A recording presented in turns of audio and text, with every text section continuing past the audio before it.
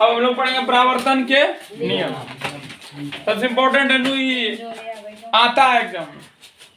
एक होता है आवर्तन का नियम, जो कि अगले चैप्टर में हम लोग पढ़ेंगे। सबसे पहले परावर्तन के नियम को देखते हैं कैसे होता है। इसके लिए हम लोग को कुछ मुख्य बिंदु को जानना होगा। वैसे तो बतला दिए हैं, फिर एक बार बतलाते हैं। किसी सतह पर पड़ने वाली किरण को क्या कहते हैं? आपतित किरण बोलते हैं कि नहीं?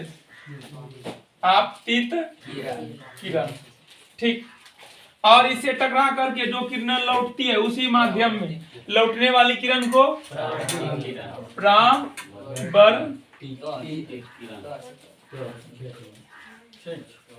परावर्तित किरण, ठीक। और जिस बिंदु पर आपतित किरण आकर के मिलती है आपतन बिंदु बोलते हैं। क्या बोलते हैं उनको? आपतन बिंदु, ठीक। और आपतन बिंदु पर डाला गया लंब अभिलंब, इसको क्या बोल देते हैं? अभिलंब। इसे आर से सूचित करते हैं। सुनो, शांत रहो। ये चार चीज था मुख्य बिंदु। एक दो चीज और होता है, क्या क्या? एक आपतन कोण, इनको आई से डिनोट करते हैं। आपतित किरण और अभिलंब के बीच के कोण को आपतन कोण कहते हैं, इसे आई से सूचित किया जाता है। और परावर्तन कोण जो होता है इसे आर से सूचित किया जाता है। अभिलंब और परावर्तित किरण के बीच के कोण को परावर्तन कोण कहते हैं। हम लोग को पढ़ना है परावर्तन के नियम। देखो, तो इनके दो नियम है, दो नियम। परावर्तन के कितने नियम? दो नियम। कौन कौन सा पता है? पहला नियम है बाबू क्या, कि आपतित किरण परावर्तित किरण और आपतन बिंदु पर डाला गया लंब, क्या क्या बोले फिर से एक बार? आपतित किरण, परावर्तित किरण और आपतन बिंदु पर डाला गया अभिलंब, तीनों एक ही समतल में होते हैं, मतलब एक ही बिंदु के। समझ में आया? पहला नियम यही है। हम लिख देंगे यहाँ पर कि आपतित किरण, परावर्तित किरण और आपतन बिंदु पर डाला गया लंब तीनों एक ही समतल में होते हैं। लिख सकते हैं ना? लिख सकते हैं। ये पहला नियम। इनके दूसरा नियम इस तरह से देखना क्या। एक बात और ध्यान में रखना, तुम लोग प्रयोग करना था करके कारण। एक मिरर लेना, आईना, समतल दर्पण लो, ठीक। एक टॉर्च लेना, टॉर्च से मान लो इस तरह से तुम बाहर है, इस तरह से फोकस करेगा ना दर्पण पे, तो इस तरह से परावर्तित होकर के किरणें निकल जाती है। अगर यदि इसी किरण को थोड़ा सा इधर कर रहा है, ऊपर करेगा ना, तो पहले की दशा में इस तरह से जा रहा था, जैसे इसको हम ऊपर करेंगे तो ये भी थोड़ा सा ऊपर आ जाएगा, नहीं तो देखना जरूर। और इसको इधर करेंगे तो ये थोड़ा सा और ऐसे आएगा, ऊपर चला आएगा। थोड़ा सा इसको और इधर करेंगे, यहाँ चला गया, यहाँ से यहाँ गया, यहाँ से ऊपर गया और यहाँ से ऊपर। जैसे जैसे आपतन कोण घटेगा वैसे वैसे परावर्तन कोण भी घटते जाता है।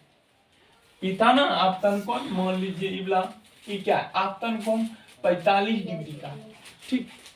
अगर यदि 45 का है तो इधर भी कितना का बनेगा? 45। क्योंकि आपतन कोण परावर्तन कोण के बराबर होते हैं। आपतन कोण परावर्तन कोण के,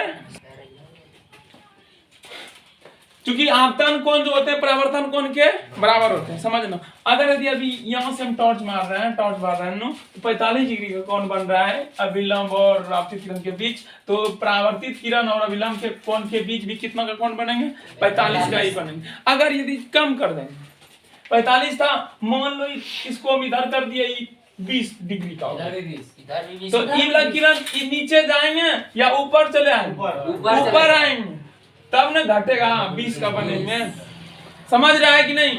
आपतन कोण 20 तो परावर्तन कोण 20, 50 तो परावर्तन कोण 50। इससे क्या पता चलता है कि आपतन कोण परावर्तन कोण के बराबर क्या होते हैं? बराबर होते हैं।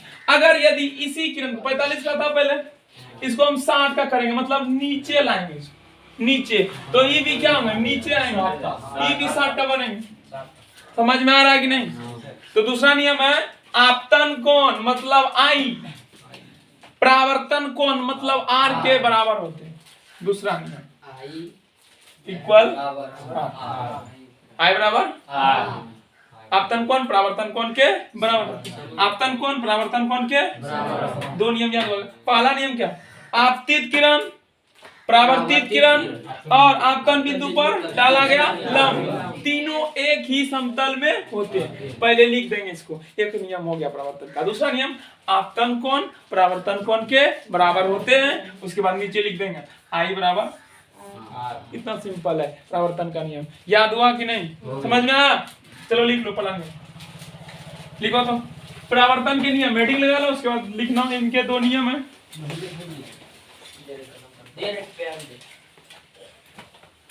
जल्दी से परावर्तन के नियम, दो नियम हैं, डैश दे देना।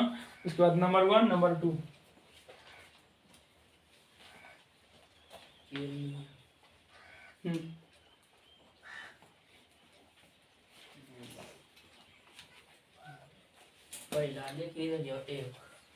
लिखा। चलो लिखो आपतित किरण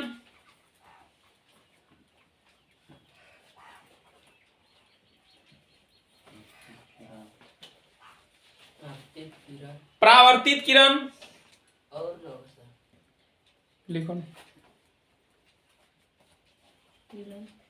एवं आपतन बिंदु पर डाला गया लंब, एवं आपतन बिंदु पर डाला गया लंब, पर डाला गया लंब तीनों एक ही समतल में होते हैं। डाला गया लंब तीनों एक ही समतल में होते हैं,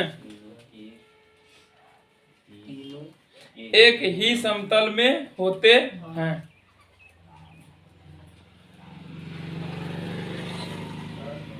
तीनों एक ही समतल में होते हैं। फुल स्टॉप दे देना, एक नियम हो गया। ठीक, अब दूसरा नियम 2 लिख करके दो, लिखो आपतन कोण। दूसरा नियम में आपतन कोण परावर्तन कोण,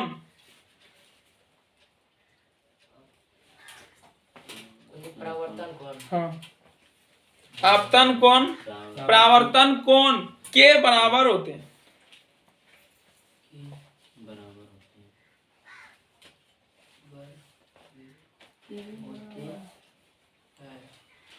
अर्थात